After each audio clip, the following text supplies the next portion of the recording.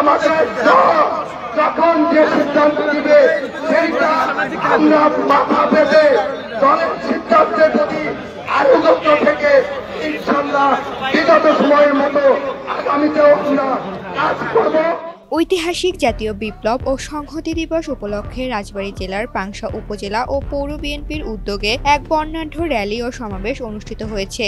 এই কর্মসূচিতে পাংশা, বালিয়াকান্দি ও কালোখালীর নেতাকর্মীদের ঢল নামে যা জনসমুদ্রে পরিণত হয়। সমাবেশে বক্তব্য রাখেন রাজবাড়ী ২ আসনের মনোনয়ন প্রত্যাশী হারুনুর রশিদ। তিনি আসন্ন নির্বাচনকে ঘিরে যেকোনো চক্রান্ত ও ষড়যন্ত্রের বিরুদ্ধে কঠোর হুঁশিয়ারি দেন। তিনি বলেন, আমরা জানি যে অনেক চক্রান্ত ষড়যন্ত্র হচ্ছে এখনো নির্বাচনকে ঘিরে। উল্লেখ করে হারুনুর রশিদ বলেন, প্রতিটি আন্দোলন সংগ্রামে বিএনপির ডাকে, জিয়া পরিবারের ডাকে আমরা যেভাবে প্রতিটি কর্মসূচি সফল করেছি, আগামী নির্বাচনেও আমরা যেকোনো ষড়যন্ত্র ইনশাল্লাহ রুখে দেব।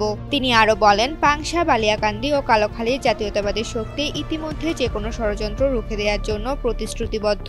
মনোনয়ন প্রত্যাশী হারুনুর রশিদ দলীয় সিদ্ধান্তের প্রতি আনুগত্য প্রকাশ করে বলেন, আমাদের দল যখন যা সিদ্ধান্ত নেবে সেটা আমরা মাথা পেতে দলের সিদ্ধান্তের প্রতি অনুগত থেকে ইনশাল্লাহ বিগত সময়ের মতো আগামীতেও আমরা কাজ করব।